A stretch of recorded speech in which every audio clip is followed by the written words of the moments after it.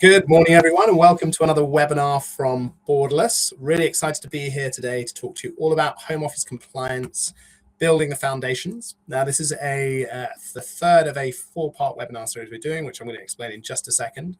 I wanted to introduce Borderless a little bit more, though. So I wanted to share a bit more about what our mission is here at Borderless. So at Borderless, we're looking to build a world where borders are no longer barriers, where anyone can move anywhere seamlessly and safely. And the way we do that is we help UK businesses, we help sponsored workers streamline and simplify all sorts of immigration matters. That's things like visa applications, COS requests, sponsor license applications, anything which relates to sponsorship within your organization, Borderless can help you with. And we're going to share a bit more about Borderless as we go through the rest of the presentation.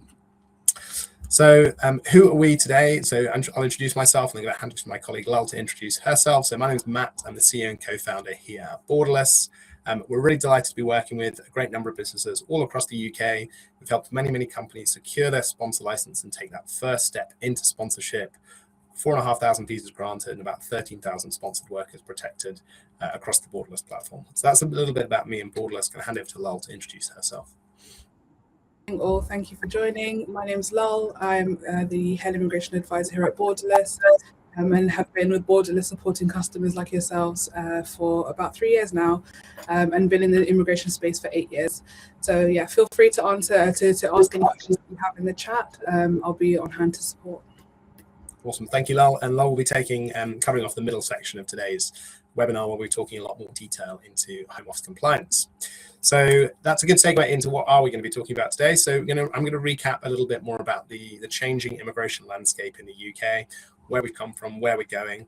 And then Lal's going to take over and talk a little bit more and a lot more detail about compliance duties, sharing a lot of frontline advice and what we see from the great number of employers that we work with, how to make sure that you're not falling into those traps and you're staying compliant throughout your journey. And then we're going to turn a little bit to talk about audits, what to actually expect in these audits, what do they look like, what do they involve, what kind of questions you might get asked.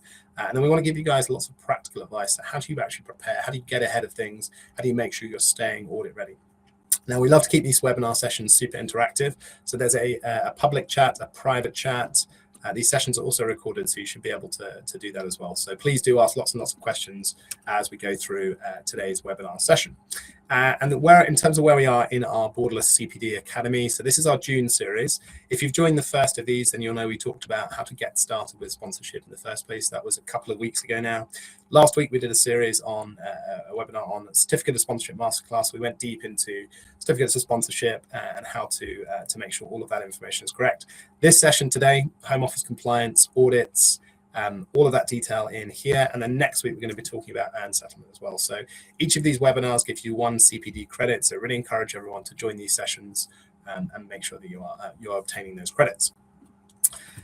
Now, as I mentioned before, we love to keep these interactive, so do please put the questions in the chat. You can interact with us throughout today's session. We've also got some polls as well for you. So if you let us know, if you respond to those polls, it's really useful as it helps us to ensure that we're bringing you the most relevant, insightful, and useful content to make these sessions as practical as possible. So a number of polls throughout today's session, so make sure that you're responding to those. And of course, all these webinar sessions are recorded. You can see the whole catalogue and history of Borderless's webinars on the Borderless website.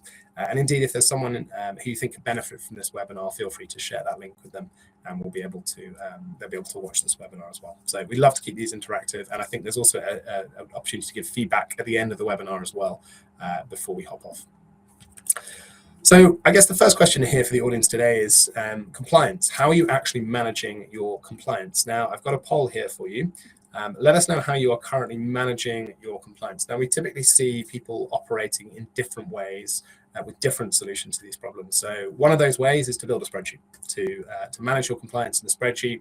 Lots of rows, lots of columns, you're able to do things in the spreadsheet. And we see a lot of companies who that works for a period of time for. So some companies using spreadsheets. Option B, that's you don't really have any kind of tracking system in place. You're looking to potentially put that tracking system in. If that is you, then I would definitely encourage you to make sure you build some kind of tracking system or you obtain that somehow. It is really, really important. As we're going to share more in today's session, compliance is that non-negotiable. It is incredibly important that that those compliance boxes are ticked. Some people use their HR system, right? So you can obviously store a visa date and expiry date in that system. We typically find, though, that system starts not potentially being custom built for immigration matters. So external solicitors is another way to go here, using a third party, or potentially you're using Borderless already to handle this for you. So let us know how you're managing compliance today. Is it spreadsheets? Is it your HR system? How are you finding that? Is it working well? What are your existing frustrations with that? How are you currently managing your compliance today?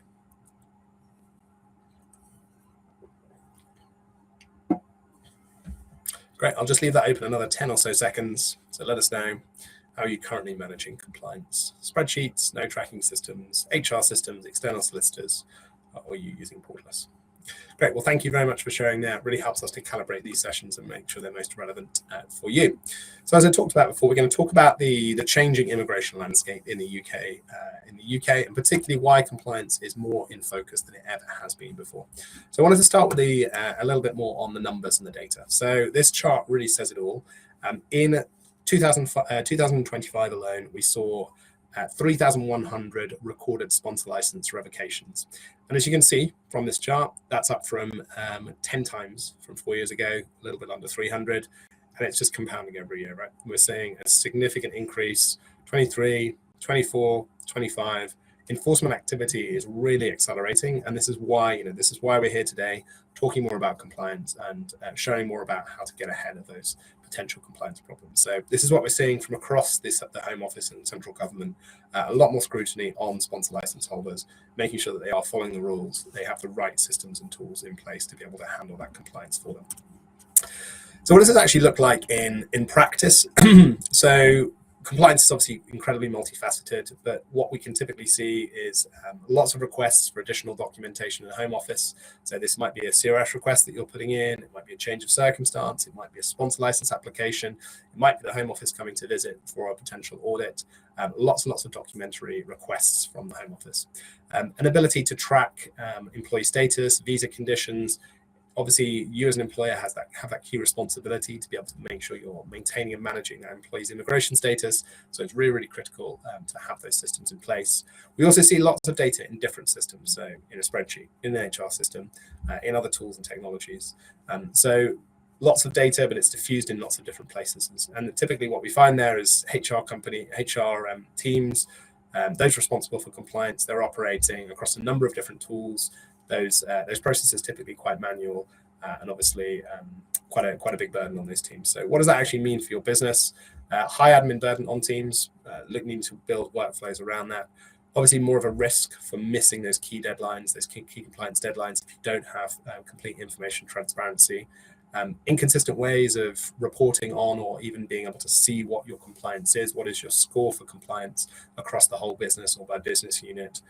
And ultimately, this means that there's that much more exposure during a potential Home Office audit as well. So that's some of the things that we see from a reality and an impact perspective.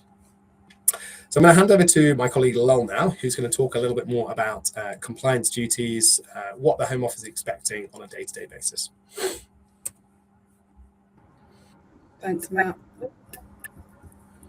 So right now we want to kind of focus and talk more about Home Office compliance, who's in charge, and what the Home Office is actually looking for when it comes to an audit. When it comes to an audit, there are a few key personnel that the Home Office will aim to speak to, and that all rests on who's responsible for the license itself. So the authorizing officer will be the key personnel assigned to take care of that license. They're the nominated individual who is kind of stepping up to say that they're in charge of the license, they're in charge of the sponsored workers, and that they're aware of the rules and requirements when regards to compliance. To support them, we've got HR and recruitment personnel and senior management as well. So it could be a number of different people who are assigned to be an authorizing officer, and that kind of just sits on where the responsibilities lie in the business. So when it comes to just the core duties and requirements, that person will be accountable to make sure that right to work checks are conducted properly, record keeping is done properly, as well as having strong systems in place, because it can't all fall on an individual, and having systems in place to support you through that is important and key. So if we then go on to the next slide, Matt. So when we look at some of those core sponsor license duties in detail, we're looking at record keeping. So this is at the bare minimum keeping records for each worker through the required period. So this is either through the period where you're required to hold documents for GDPR purposes, and at the base level, sponsorship requires you to keep documents for workers throughout the period of their employment, but also 2 years after they've left the organization. You'll be required to monitor and report on those workers. So there's a series of reporting duties that you'll have to report on when it comes to keeping workers. So this will include things like if their salary was to change, if their role was to change, and if they've left the organization. And you'll have to notify the Home Office of these changes using the SMS. There are a few other changes that you'll need to report on as well. So this is key updates to the actual license itself, so the details on the license. So if you've changed the address, if you have changed ownership of the business, all that will need to be reported on the SMS, and you'll have a certain window to do that. And then also just managing key personnel as well. So having people on the license that are that understand the requirements for sponsorship, because these are ultimately the people that the Home Office will audit and will speak to when it comes to an audit. So having those staff members on the license, whether they're added as a level 1 user or a level 2 user, but giving them that access to be able to view and change updates to the SMS when needed. So when it comes to the reporting duties themselves and what you must report, there are a few things that you'll need to report. So for example, if the authorizing officer has left the organization, you'll need to change that. Similarly with a key contact. If you've changed size, so as a sponsor, that normally happens once a year. So when you're doing your annual finances, have a look and see if you're still within that the same sponsor size, or if you have changed to a large sponsor, for example, from a small sponsor, it's notifying the Home Office and letting them know how you've moved over to a large sponsor. Adding or removing branches, this is incredibly important. And something that I see slipping through the radar. So if you have added a branch to the license and you intend to assign workers to a particular branch, then making sure that they're added to the license is incredibly important, because the guidance states that you cannot assign workers to a particular location unless you've added it as a branch. Another one that I always see that's kind of a pitfall as well is whenever there's a major business event. So for example, a merger, a takeover, or the sale of business, letting the Home Office know as well and reporting that is incredibly important. That could also impact the validity of the license itself. So the general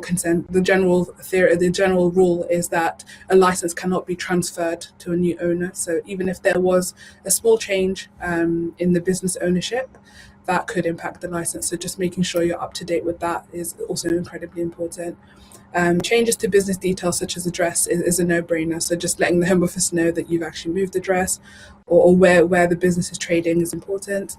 And also just surrendering the license or going dormant. So in cases where you've apply. So for example, if the Home Office has asked you to apply for a new license, making sure that the current license has been made dormant is something that the Home Office will request that you do. And that could impact, for example, any workers that remain on a particular license. So when it comes to like transfer of businesses, making sure that those changes are reported again is paramount when it comes to maintaining the license. So we're going to cover now where compliance breaks down, and a lot of the issues and the failures that I see often day to day when it comes to managing the license. So the one main critical point that I see a lot of the time is missing right to work checks. Right to work checks is an area where the Home Office is the least forgiving when it comes to making sure that a worker, from the point that you start considering them for sponsorship, that you've conducted the right to work to make sure that that worker has the right to work, and then assessing that towards the end of their sponsorship duration. A lot of the times I see employers sponsoring or hiring workers on supplementary hours when that worker doesn't actually meet the requirements for supplementary hours. And in those instances, the right to work check, whatever outcome that may be from that right to work, if it comes back as positive, if a worker, for example, doesn't meet the work, that right to work is actually invalid. So it's just making sure that you're aware and you're abreast of the right to work checks, and the actual technicalities with that is incredibly important, because the guidance itself states that you've got no leg to stand on really when it comes to conducting those right to work checks. So making sure that they're done correctly and done through the correct means, I would say, is probably paramount in all of this when it comes to license management. Failure to track visa expiry, this is also incredibly important. Obviously, the requirement is also on that worker to make sure that they're maintaining their leave and that they're applying for applications before the expiry, but it's also on you as well to keep track of those dates, to avoid missing that date, and potentially that worker could be a matter of a day where a worker switches over to becoming an illegal worker. Inconsistent employee records as well is incredibly important. When it comes to an audit, that's what the Home Office is primarily looking for. So making sure that you've got all the records in one place, that you're able to evidence them. I've seen cases where in audits where the caseworker has asked for a particular document and the sponsor is unable to find them, and that doesn't really have a good standing on that sponsor. It doesn't really look good when it comes to the audit. As well as the last thing is salary thresholds. So at any point when the salary changes, or for example, when we've hit the 1st of April, national living wage changes, is making sure those workers have been changed in line with the rules and requirements at the time of those changes being implemented. Again, salary compliance is something that's been on the forefront and in the spotlight when it comes to compliance. A lot of you might have already received or might soon receive letters or requests from the Home Office to provide payslips, bank statements, salary information to make sure that you're already paying your workers. And also note that the Home Office has access to open source information as well, so they will be checking HMRC records to make sure that the salaries are being paid. So there's nowhere to hide, unfortunately. When we go to the example 1, so the failure to track visa expiries and conditions, again, not having one central tracking system or just having spreadsheets doesn't really give you the correct prompts, no alerts to let you know if a worker's coming close to the expiry date.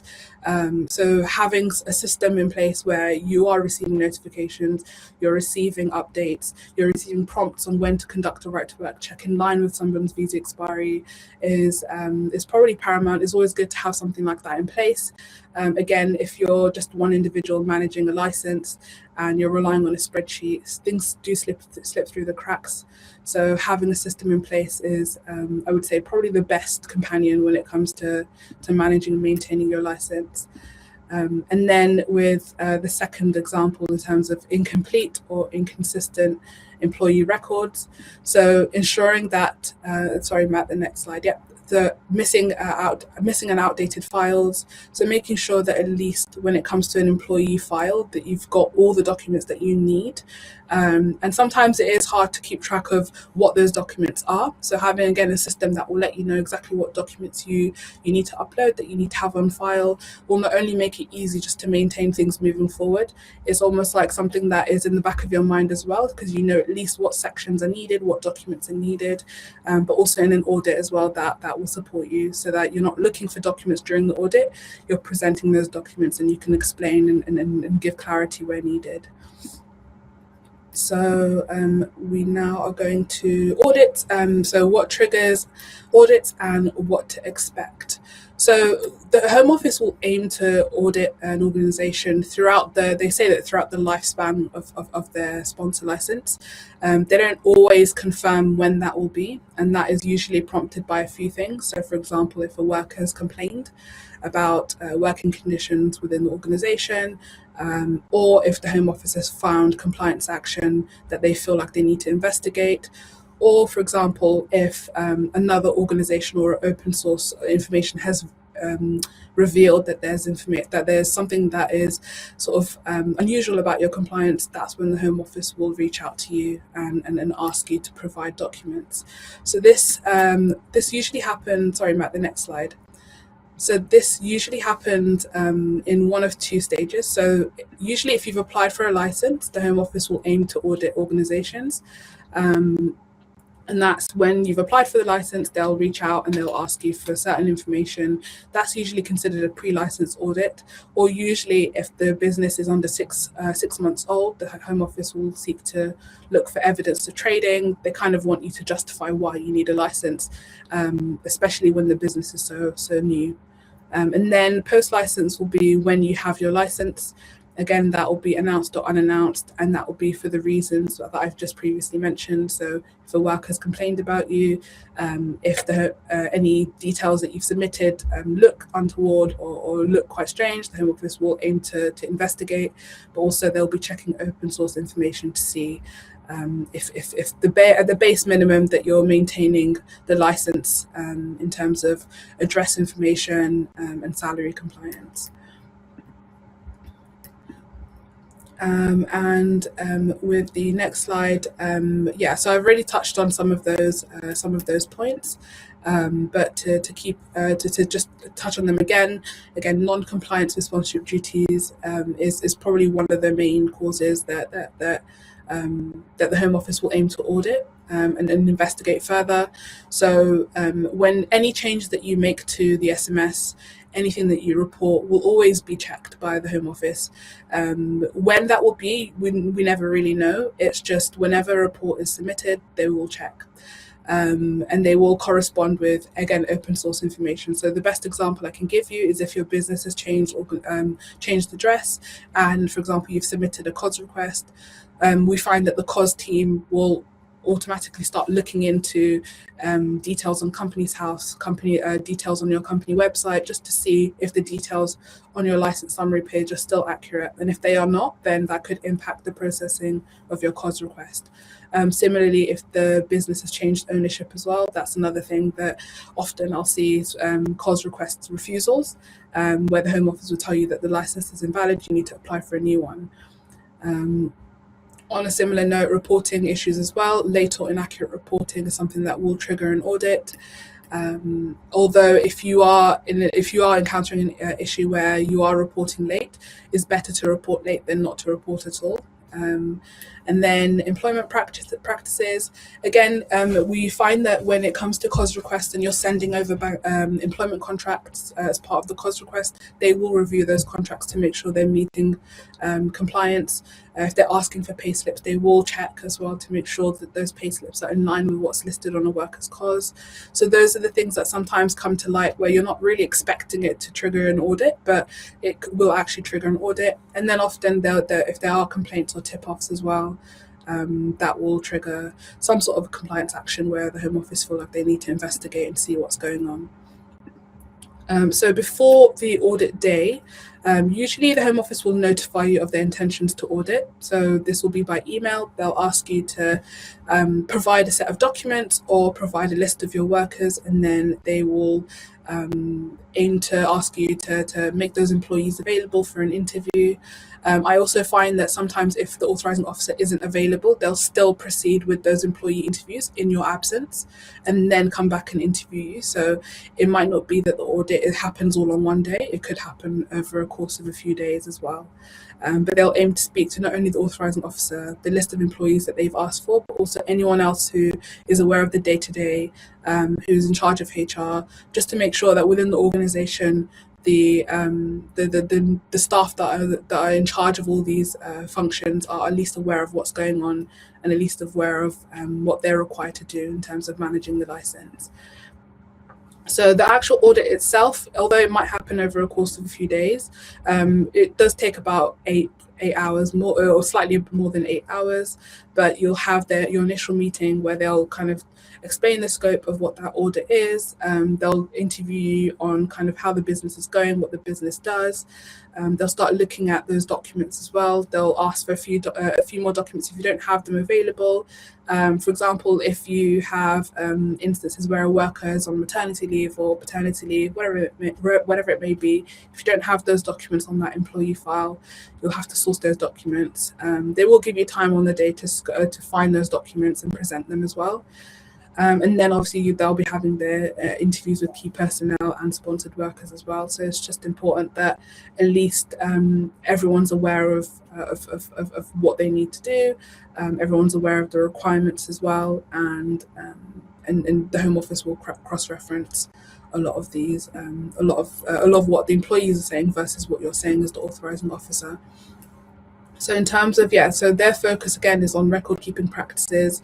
For example, if a worker is on sick leave or maternity leave, is making sure that not only that's updated on the employee file, that you have the relevant documents to support that, but also you've got the SMS report as well to support that as well. So it's just making sure that you've got all the documents that you need to evidence particular circumstances with workers, but also making sure at the base level that you've got the bare minimum of right to work checks, that you are meeting the salary and the information that's listed on the COS, that if you're regulated by a governing body, that you are compliant with their requirements, that you're aware of your reporting duties. You will be interviewed, so they will interview you, give you scenarios that you must answer, and that's just for them to understand how well you understand what's required from you in terms of sponsorship. And these are all points that they've emphasised on in the most recent guidance changes, particularly around the genuineness of roles and vacancies. Before they used to call it a genuine vacancy, and now they've replaced it with an eligible role.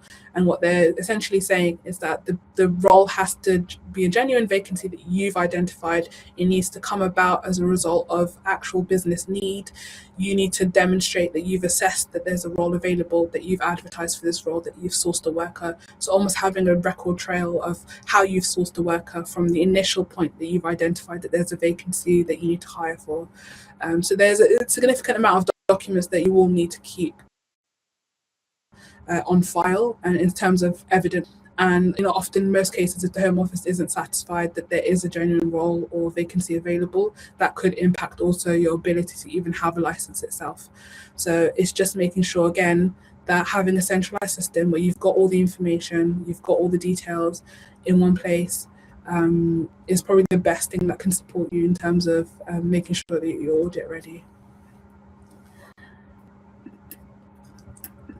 Great, thank you very much, Lol. I hope that was a really helpful summary of a lot more detail on compliance and audits and making sure the business is set up to go. And I'm going to cover off a little bit more on how to prepare and stay audit ready. And because this is really, it's important to know what's going on in terms of the rules and regulations, but equally it's really, really important to take some practical actions off the back of this to make sure that your business is best set up for the best possible chance of success. So a number of different action items here. So the first one is making sure you keep your sponsor management system current. This is data that obviously the Home Office can see from their side. So if they start to spot inconsistencies between level 1 users, level 2 users, authorizing officer key contact, late changes of circumstances, address is not matching, this is all data they can see and cross-reference. So really, really important that you're actively logging into your sponsor management system, or if you're using Borderless, actively logging into Borderless to manage that on your behalf to make sure that system is currently in place there. Second thing we recommend doing is making sure that you have a complete audit of your employee records.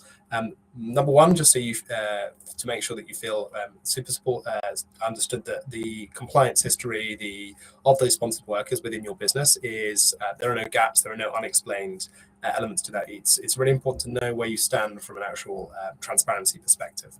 Third thing we recommend is to make sure you have a system in place to track visa expiry dates and conditions across your workforce. Now, as Lol's explained, there's a lot of nuance to visas and expiry dates, and those things can, immigration rules and regulations can change. So think about building a system which can actively do that for you.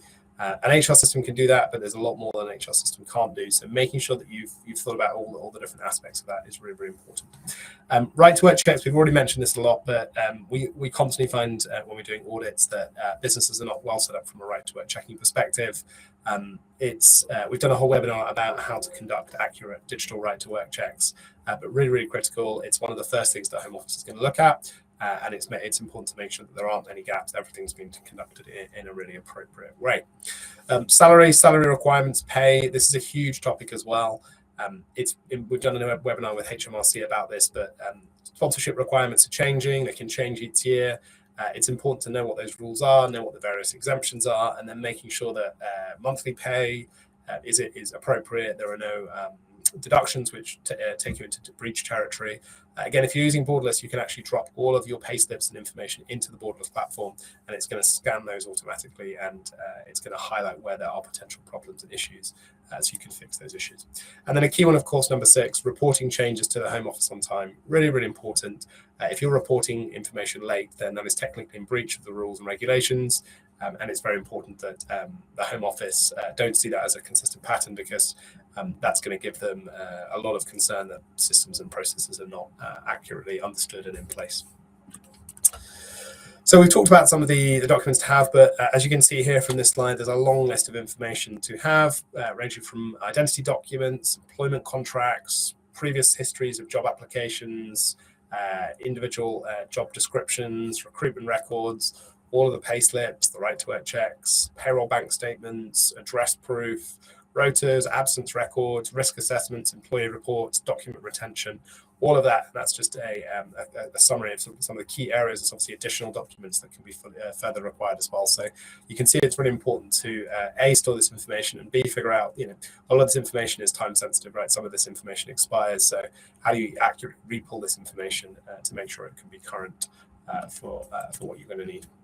And this is really what we see some of the most proactive businesses starting to do, is to take these current systems, these current ways of operating, and actually turn this from a reactive motion into a much more proactive, understood motion. So, a lot of businesses we speak to, the systems and data are disconnected. There's lots of manual tracking across spreadsheets. There's no visibility or alerts in terms of being able to actually see and understand what's going on, what's the actual current position of the business, which obviously creates a lot of degree of audit risk. And so it's all about moving into this proactive world where you have a centralized system for compliance management. You have the system telling you when information is expiring. It's tracking, it's alerting you, it's pushing information to you, not requiring you to go in to discover something is already expired. Real-time visibility across the workforce. What is your compliance score by the entire business? And what does this mean? Essentially, that you're audit ready at all times. And so this is what we see, this motion to become proactive.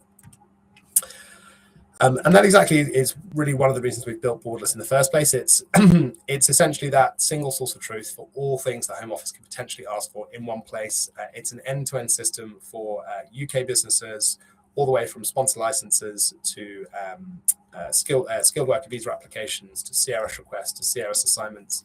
And I'm going to show you, I think, a little bit more of information about the system. So a lot of information potentially going wrong. It's a single source of truth that can handle all of those things for you. So tracking those visa expiry dates, alerting you on what's lapsing, making sure those right to work checks, if they haven't been conducted correctly, we're going to flag that to you, and making sure there are better systems in place for that. Bringing everything together and making sure that you're not going to miss those key reporting deadlines.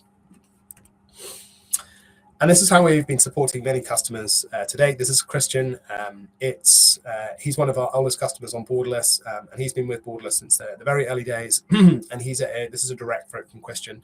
So if we ever did get any one of those compliance checks, I know they will. Everything they ask for is on Borderless. So it's great to see that Christian is actively using the platform, storing information, receiving proactive alerts and notifications off the back of that.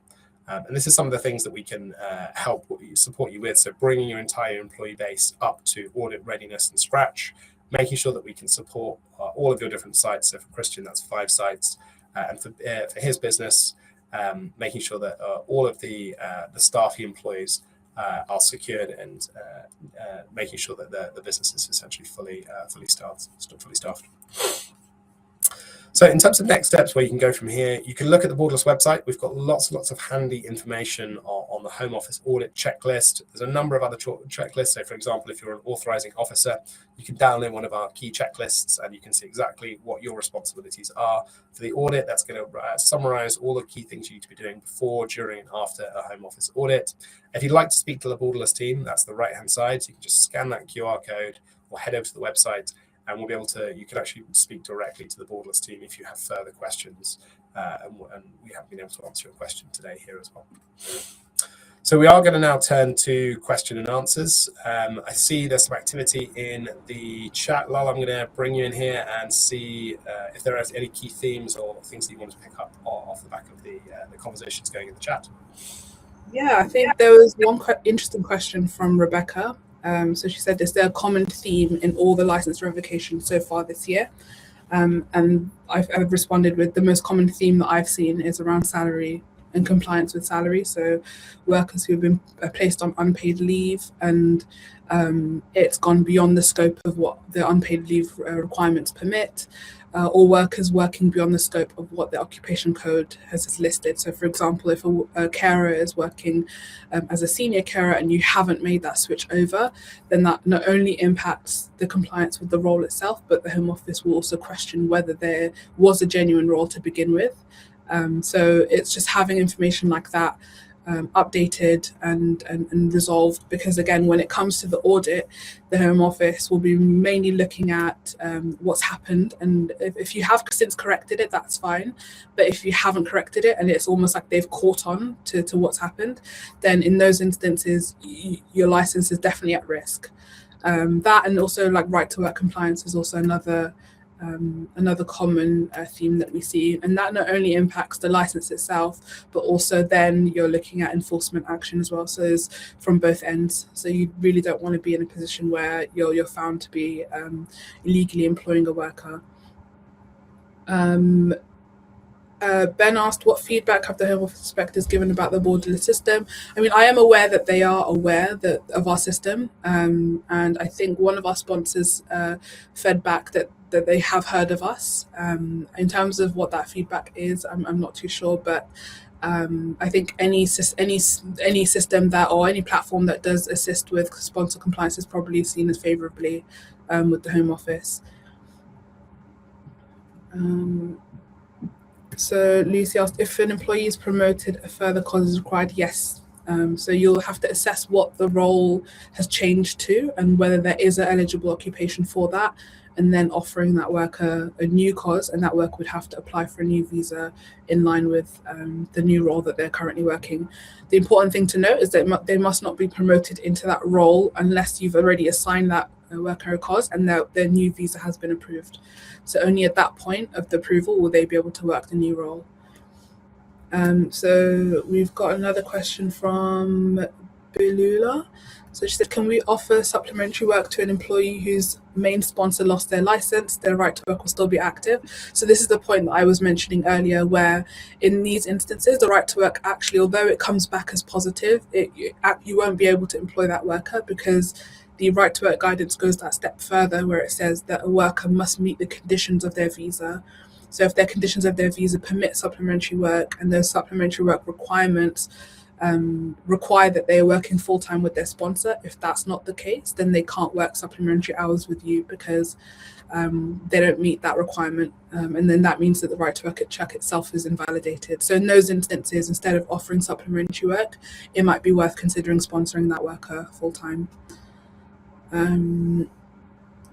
Theodore asked, do staff details have to be updated every 6 months, even if the staff details have not changed?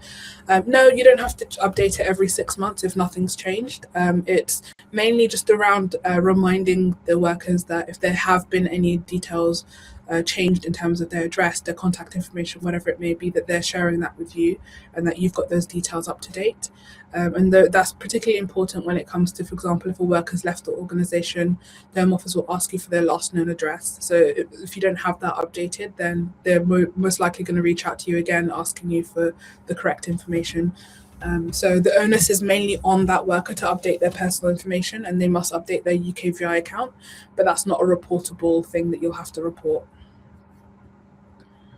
And then we also had a question from Mrs. B around, do we do a right to work check on all staff? And that is yes. So you'll need to do a right to work check on every single staff member, whether they are sponsored or not.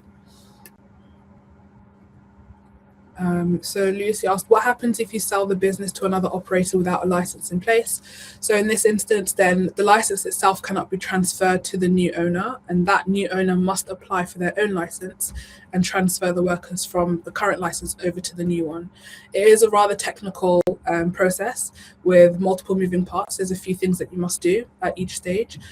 So if you have encountered this situation, or if you are expecting to encounter something similar, then please reach out to us. There are certain deadlines with reporting this and making sure that the workers are successfully transferred over to not impact their day-to-day and also their sponsorship. So that's something that we can certainly assist you with. And we've had a 100% success rate on all the cases that we've handled of this nature.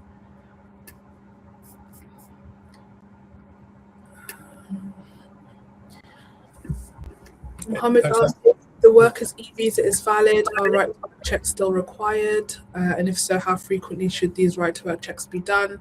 So if the e-visa is valid and the right to work check is, and you've done the right to work check, then you only really need to do it again after once their visa is due to expire.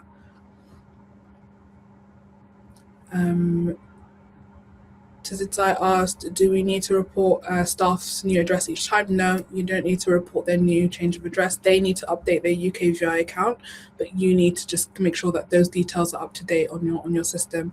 The only change of address that you'll need to report is if they've changed work location. So if the details on their COS has since changed from the point that you've assigned that COS.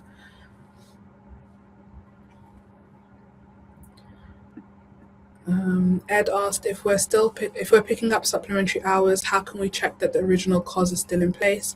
So in these instances, you'll have to do a further check with that sponsor or the sponsor that the worker is currently with. So requesting a copy of their COS is incredibly helpful. In terms of the supplementary rules, you must assign them hours that fall outside of their working pattern. So I normally recommend that you ask them for their most up-to-date rota so that you can make sure that at least firstly that they are getting their full-time hours and they're still being sponsored, but also then you know when to assign the supplementary hours, so not to interfere with their current employment. I don't know if there's one or two more questions you wanted to pick up, Lal. If not, I'll pick up Ben's question about the Borderless API. No, good. Anything else you want to pick up on? Sounds good. Great. Well, yeah, just Ben's asking a question here about Borderless API. So yes, Ben, we do have integrations into various different HR systems. So do reach out to us if there's particular systems that you are looking to use. But obviously a key point of Borderless is to be able to integrate with all those different adjacent systems that you're using there. That's how we're building on that front. Cool. Well, thank you everyone so much for joining. If we didn't get a chance to answer your question, then do please, there's still an opportunity to speak to Borderless. So all you need to do is scan that QR code there or head over to the Borderless website. It's going to take you to the same place and you'll be able to book directly in with the team to discuss your requirements further there. So we're going to be running another session again next week at the same time. So hopefully see you on this session here. Before you jump off today on the next, as soon as I end the webinar, you're going to get a short feedback form. So I'd love everyone here to fill that in.